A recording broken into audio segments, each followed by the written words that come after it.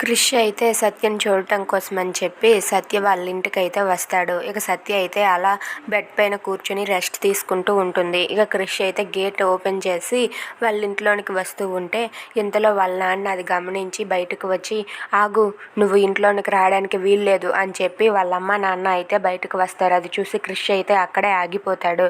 ఇక క్రిష్ చేతిని ఇలా పట్టుకొని సత్య వాళ్ళ నాన్న అయితే ఇలా అంటూ ఉంటాడు, ఇదిగో ఈ కత్తిని తీసుకొని ముందు మా ఇద్దరిని పొడిచేయి, మా ఇద్దరిని చంపాకే నువ్వు సత్యం చూడడానికి లోపలికి వెళ్ళు అని చెప్పి అంటూ ఉంటాడు. ఆ మాటలు క్రిష్ అయితే ఒక్కసారిగా షాక్ అవుతాడు.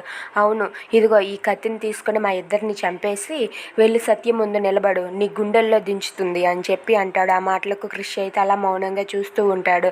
ఇంతలో సత్య అయితే ఏంటి బయట ఏవో మాటలు వినబడుతున్నాయి, ఎవరైనా వచ్చారా ఏంటా, ఏదో తగులా ఉందే అని చెప్పి సత్య అయితే అలా నెమ్మదిగా లేచి నిలబడి బయట ఎవరు వచ్చారా అని చెప్పి చూడడానికి వెళ్తూ ఉంటుంది.